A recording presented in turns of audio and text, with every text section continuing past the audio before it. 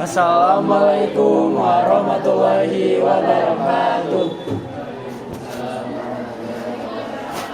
Selamat pagi rekan-rekan semuanya. Semoga pada hari ini selalu dalam keadaan sehat walafiat dan selalu senang untuk hari ini. Baik, pada pagi hari ini kami dari kelompok 4 akan mempresentasikan hasil analisis buku Perang Bubat yang dikaryakan atau dibuat oleh Bapak Langit Kresna Haryadi. Sebelum kami memulai presentasi pada hari ini, mari kita memperkenalkan diri masing-masing. Untuk saya sendiri, Fauzan Nitya Ramadan. Dan saya Rakan Adityar. Saya Syakira Zihan. Saya Selvi Adi Pertiwi. Saya Nabila Febianti. Saya Surya Haji Nugraha.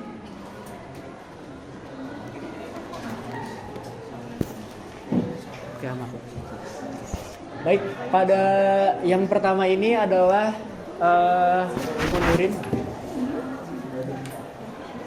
Adalah identitas buku yang kami analisis, yaitu buku dengan judul Gajah Mada Perang Bubat yang ditulis oleh Langit Kresna Haryadi dan diterbitkan di PT 3 Serangkai Pustaka Mandiri Solo. Tahun terbitnya adalah bulan Desember tahun 2008 dengan kota terbit Solo, Jawa Tengah. Tebal bukunya adalah 448 halaman, cetakannya ke-7 dan dengan genre atau jenis bukunya buku fiksi.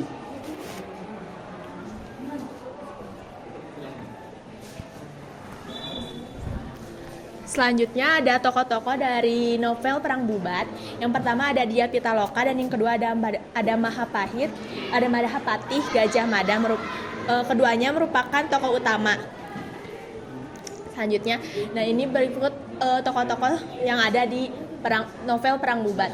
Ada yang pertama ada Maharaja Linggabuana, yang kedua ada Permaisuri Dewi Laralingsi merupakan ibundanya dari Dyah Pitaloka. Yang ketiga ada Niskala Wastukencana merupakan adiknya Dyah Pitaloka. Yang keempat ada Sang Mangkubumi Suradipati merupakan Mahapati dari Sunda Galuh. Yang kelima ada Prabu Hayam Wuruk merupakan Raja Majapahit. Yang keenam ada Ibu Suri Sri Gitarja Tribuana Tunggadewi merupakan ibundanya Prabu Hayam Wuruk. Yang ketujuh ada Ibu Suri Dyahwiyat Raja Dewi merupakan kakak dari Ibu Gitarja. Dan yang kedelapan ada Risang Saniscaya merupakan pelukis ulung. Yang kesembilan ada Kanuruhun Gajah Enggon.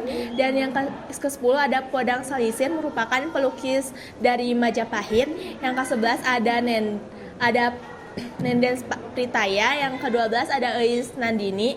Yang ke-13 ada Ihai Nirasari.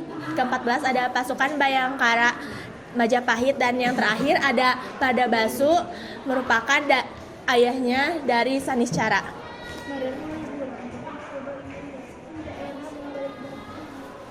Baik rekan-rekan, pada yang selanjutnya akan kami sampaikan merupakan sinopsis dari buku tersebut. Yang pertama adalah 20 tahun setelah Mahapati Gajah Mada mengucapkan sumpah palapanya, hampir seluruh wilayah dari Nusantara telah disatukan oleh bendera Sunda Kelapa. Akan tetapi di wilayah Jawa Barat terdapat dua kerajaan yang belum mau menyatu dengan kerajaan Majapahit, yaitu kerajaan Sunda Pakuan dan kerajaan Sunda Galuh. Gajah Mada yang merasa hubungan antara kerajaan Sunda dengan kerajaan Cina dapat membahayakan Nusantara di kemudian hari. Akhirnya Gajah Mada dengan segala cara ingin menyatukan kerajaan Sunda Galuh. Akan tetapi Prabu Maharaja Linggabuana menolak secara halus ajakan dari Gajah Mada tersebut karena segala bentuk penyatuan apapun merupakan bentuk penjajahan. Selanjutnya berbeda dengan Gajah Mada yang keras, kedua belah Prabu justru ingin menyatukan kerajaan Sunda Galuh dengan kerajaan Majapahit melalui perkawinan antara Prabu Hayam Wuruk dengan Dyah Pitaloka Citra Resmi. Ajakan tersebut disambut baik oleh kerajaan Sunda Galuh dikarenakan hasil akhir dari kerajaan Sunda Majapahit menghasilkan raja yang berasal dari kerajaan Sunda. Selanjutnya, setelah berbagai proses lamaran dan sebagainya, akhirnya disepakati bahwa proses pernikahan akan terjadi di Istana Trowulan Majapahit. Namun, akibat terjadinya kesalahpahaman antara pendukung Gajah Mada dengan Kerajaan Sunda, terjadilah perang bubat yang bagi sebagian orang Sunda tidak dapat dilupakan. Seluruh rombongan Sunda, termasuk rajanya Maharaja Ringgabuana, ibu dari Dyah Pitaloka, dan Dyah Pitaloka itu sendiri terbunuh secara tragis. Hasil akhir dari perang bubat ini sendiri adalah seorang Gajah Mada yang tidak berhasil menyelesaikan sumpahnya dikarenakan Kerajaan Sunda sampai kapanpun gagal untuk bersatu dengan Majapahit. Walaupun secara maritim Kerajaan Majapahit itu berhasil menyatukan seluruh Nusantara. Akibat lainnya dari perang bubat ini sendiri adalah dipecatnya seorang Gajah Mada yang mengakibatkan kerajaan besar ini berangsur-angsur menurun. Dan juga rekan-rekan, hasil dari perang bubat ini munculnya berbagai mitos antara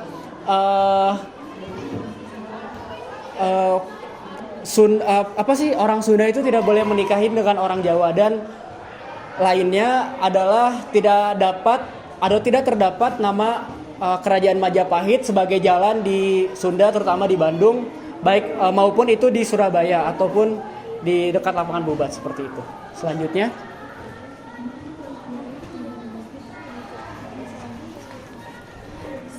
di sini saya akan membahas struktur dari analisis. Yang pertama ada orientasi, pengungkapan peristiwa, komplikasi, klimaks, dan resolusi.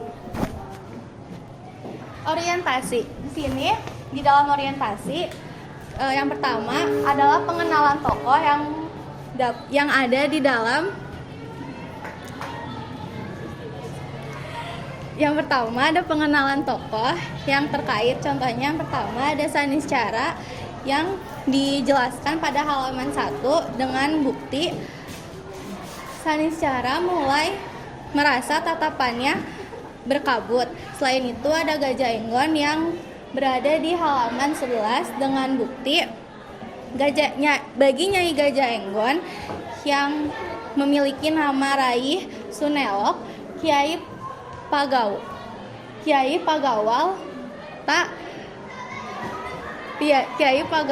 tak sekedar mempunyai kedudukan seorang kakek belaka. Dan yang terakhir ada Pradabasu yang terdapat pada halaman 56 dengan bukti Pradabasu tidak pernah meminta mudanya untuk berpacu kencang. Selain itu juga menceritakan tentang bagaimana Hayam Wuruk yang ingin memiliki istri yang terdapat pada di halaman 64 dengan bukti berita hangat saat ini adalah Sang Prabu Hayam Wuruk yang ingin memiliki istri. Dan yang terakhir Majapahit yang mengirimkan pasukannya ke Sunda Galuh untuk melihat wajah dari Sekar Kedaton Sunda Galuh, yaitu Putri Dyah Pitaloka, dengan bukti Ibu Suri Tribuana Tunggadewi yang memerintahkan Pati Maduratna untuk pergi ke Sunda Galuh yang berada di halaman 41 hingga 42. Selanjutnya ada pengungkapan peristiwa. Yang pertama, Gajah Mada ingin Sunda Galuh menjadi bagian dari Majapahit. Hal ini diceritakan pada halaman 84 dengan bukti keinginan Kakang Gajah Mada yang ingin menyatukan Nusantara tidak bisa ditawar lagi. Kemudian yang kedua ada Majapahit yang mengirimkan utusannya untuk melukis wajah Sekar Kedaton Sunda Galuh, yaitu Putri Dyah Pitaloka, yang buktinya adalah dengan segala kerendahan hati kami meminta persetujuan untuk menggambar wajah Putri Dyah Pitaloka agar nantinya kami sampaikan kepada Sang Prabu Hayam Wuruk. Dan yang ketiga adalah Putri Dyah Pitaloka yang ternyata memiliki hubungan khusus dengan Saniscara yang dijelaskan pada halaman 327 dengan bukti lukisan yang sangat hidup itu dibuat oleh seseorang yang memiliki hubungan khusus dengan Sekar Kedaton Sunda Galuh, yaitu Putri Dyah Pitaloka. Dan yang terakhir, Majapahit mengirimkan lukisan kepada Sang Prabu Hayam Wuruk merupakan hasil karya dari Saniscara yang dijelaskan pada halaman 302 yang dengan bukti lukisan ini akan kami berikan kepada Sang Prabu Hayam Wuruk agar beliau tahu dengan siapa berhadapan. Selanjutnya kita beralih ke struktur komplikasi. Jadi komplikasi ini dimulai di mana Gajah Mada bersikeras bahwa pernikahan itu bukanlah jalan dari penggabungan antara Majapahit dan Sunda Galuh itu sendiri.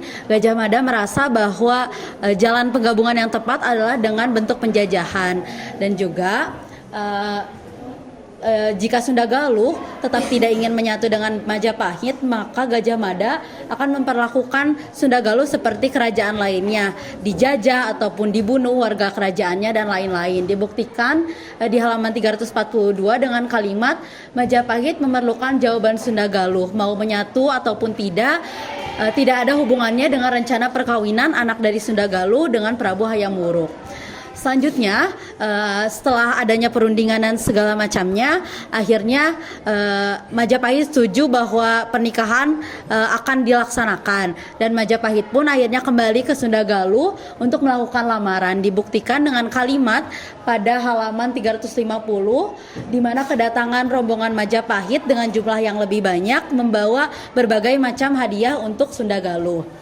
Selanjutnya rencana Majapahit. Jadi di sini Gajah Mada tuh memiliki dua jenis golongan pendukung, di mana golongan pendukung pertama tuh bisa dibilang waras dan golongan pendukung yang kedua tuh bisa dibilang tidak waras. Dan rencana Majapahit ini disalahartikan oleh golongan yang tidak waras itu sendiri. Dibuktikan dengan kalimat pada halaman 404 di mana kita bisa mematangkan rencana maupun menggagalkan rencana perkawinan Prabu Hayam Wuruk dengan mengambil langkah-langkah yang kita inginkan.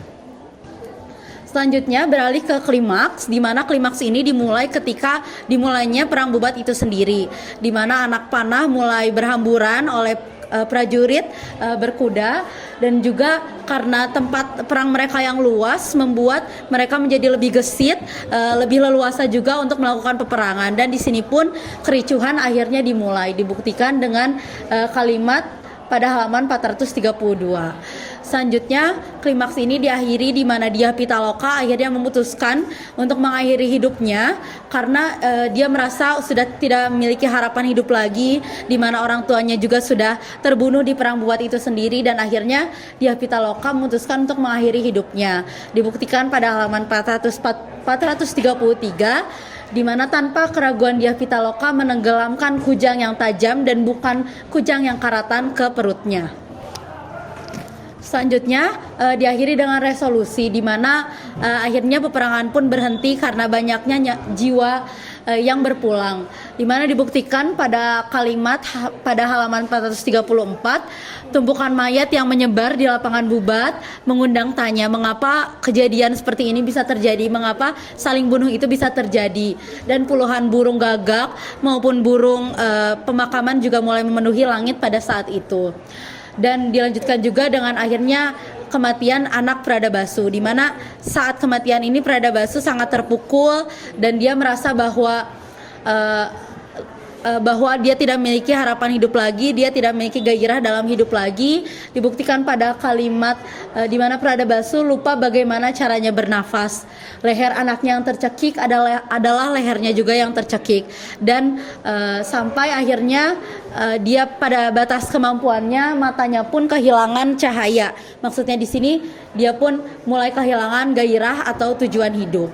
Dan diakhiri dengan semua rakyat akhirnya berduka atas perang Bubat ini, di mana dibuktikan pada halaman terakhir di halaman 441 di mana Mahapati Gajah Mada akhirnya bertafakur, dan dia juga dengan Prabu Hayam Wuruk memandang Gajah Mada dengan mata yang berkunang-kunang, tidak bisa mengungkapkan bagaimana rasa kecewanya, dan warga kerajaan pun tidak tahu harus berbuat apa lagi karena semua perbuatannya, semua penyesalannya pun tidak akan mengembalikan jiwa-jiwa yang berpulang termasuk Dyah Pitaloka untuk kembali ke sisinya. Seperti itu. Selanjutnya akan ada analisis kebahasaan. Di sini analisis kebahasaan kita akan menjelaskan bagian majasnya saja karena di yang lain-lainnya pun sudah dijelaskan, sudah dibuktikan juga di kalimat-kalimat baik di sinopsis maupun di struktur seperti dari kata kerja material, kata kerja mental, lalu juga ada kalimat yang lampau, dialog dan lain-lain. Jadi selanjutnya akan ada majas-majas. Ya teman-teman, di sini saya akan menjelaskan majas-majas. Ada 4 majas yang terdapat di novel tersebut. Yang pertama ada majas simile dengan contoh kata-kata yaitu ketika diminta memejamkan mata dengan tangan membentang seperti elang pada halaman 346. Yang kedua ada Duhi Tendu Dewi begitu anggun bagaikan bidadari di halaman 406. Yang ketiga ada wajah yang cantik semula putih pucat itu menjadi merah mirip sebuah lukisan pada halaman 435. Dan yang terakhir ada Diah Pitaloka Cita Resmi merasa kakinya bagai melayang tak berpijak pada halaman 391. Dan selanjutnya ada majas metafora. Di sini ada 2 contoh kalimat. Kalimat yang pertama ada Diah Rataja begitu cantik dengan cahaya gemerlapan laksana bintang pada halaman 406. Yang contoh kedua ada Gajah Mada menyapu apapun melalui pandangan matanya, seolah melihat lautan luas dan pulau-pulau pada halaman 344. Dan di sini ada majas personifikasi dengan contoh kalimat yang pertama, Saniskara kembali menyapukan pandangan matanya pada mayat-mayat yang bergelimpangan di depannya dengan hati berantakan pada halaman 3. Selanjutnya ada ketika matahari memanjat lebih tinggi, upacara pembakaran mayat itu pun usai pada halaman 309. Selanjutnya ada kalanya mentari memelototinya dengan telanjang, ada kalanya pula sang surya cukup mengintip dari balik mega tipis pada halaman 57. Selanjutnya ada matahari senja menyaksikan rombongan yang berangkat dari arah barat itu pada halaman 402. Dan contoh yang terakhir ada Diah Pitaloka yang terlanjur membeku dan pasti akan melapuk pada halaman 441. Dan contoh majas yang terakhir ada majas hiperbola dengan contoh kalimat yang pertama, keringat yang terperas bukan hanya karena matahari yang sedang galak pada halaman 107. Contoh yang kedua ada Pradabasu lupa bagaimana cara bernapas pada halaman 440. Dan contoh majas hiperbola yang terakhir adalah ia tak mampu bicara begitu melihat lukisan itu pada halaman 323.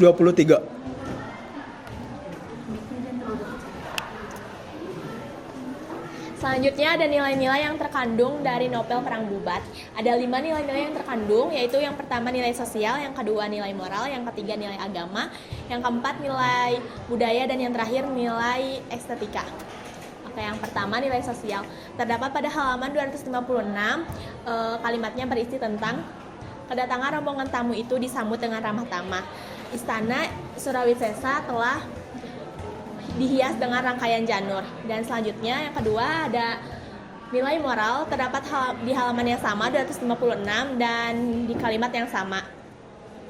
Yang ketiga ada nilai agama, terdapat pada halaman 31, kalimatnya berisi tentang Duhayang Widi Rahi Sumelek merintih dengan serak, janganlah engkau siksa kakekku seperti ini.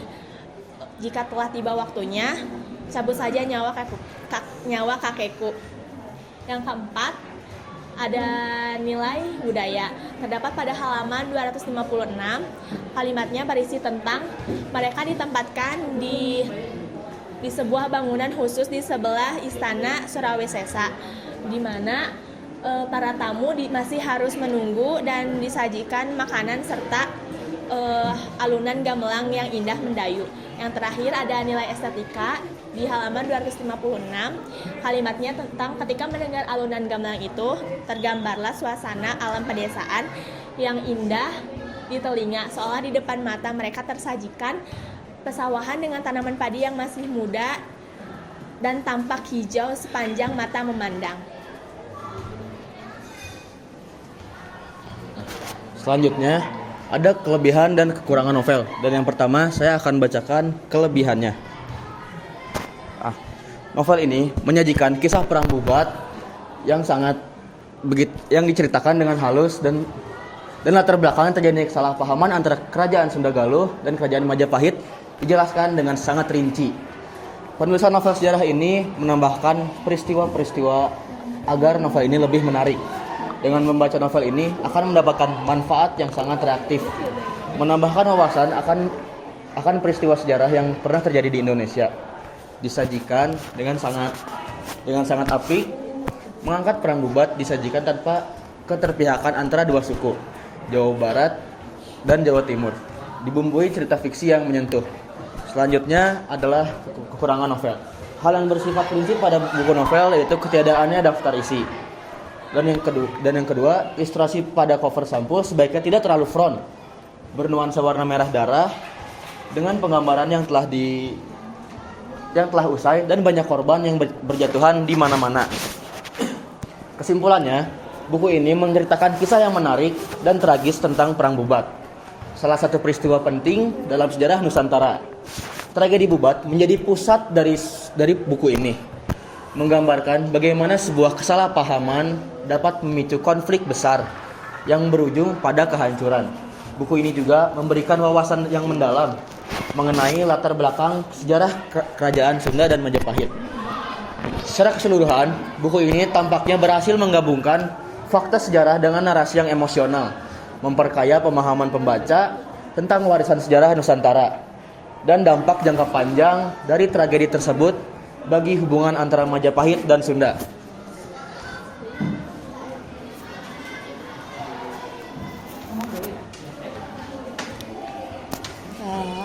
Selanjutnya di sini dari kisah Perang Bubat yang udah kita jelaskan ini terdapat fakta menarik di mana kita tahu bahwa sering terdengar mitos di mana perempuan dari Sunda tidak boleh menikah dengan laki-laki dari Jawa. Mitos itu tersebar karena di sini diceritakan bahwa Dyah Pitaloka yang berasal dari Sunda akhirnya tidak jadi menikah dengan Prabu Hayam Wuruk yang berasal dari Jawa. Seperti itu. Baik, sekarang kami akan menampilkan hasil karya kami, visualisasi kami berupa kotak magic box.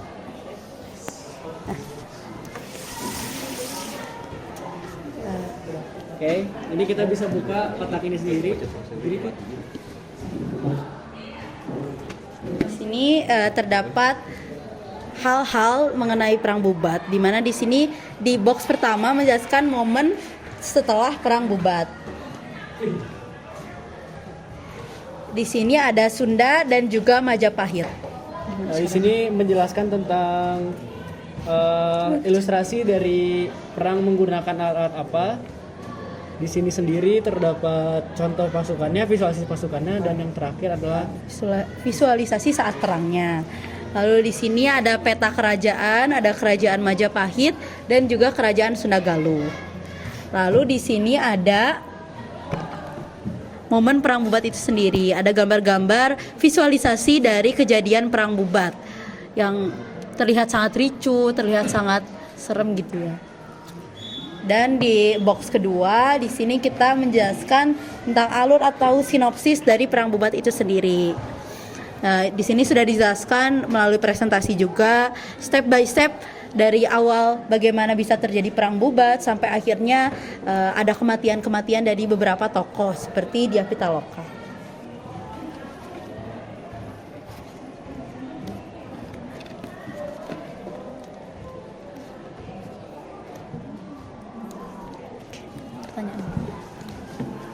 Oke, sebelum kita tutup, apakah ada yang ingin bertanya mengenai presentasi kami? baik. Jika ada yang bertanya, kami kasih hadiah berupa 1 yamin ya dari kantin. Silakan. Serius. Apakah ada yang ingin bertanya tentang apapun dari presentasi kami? Pertanyaan apapun kami akan beri hadiah berupa mie yamin. Di pangsit. Silakan. Oke. Baik, jika tidak ada, ada ternyata. Boleh? Jadi sekedar bertanya, tadi kan sudah dijelaskan bahwa perempuan sudah tidak boleh menikah dengan cowok Jawa atau kebalik. Benar kayaknya. Kalau misal kebalik gitu, apakah diperbolehkan dengan tadi pembahasannya apa tetap gimana gitu? Jadi untuk itu tuh merupakan mitos ya teman-teman. Jadi itu tuh tidak ada larangan khusus yang melarang banget, tapi itu kan merupakan budaya, merupakan mitos turunan dari leluhur kita. Jadi itu tuh seperti apa ya?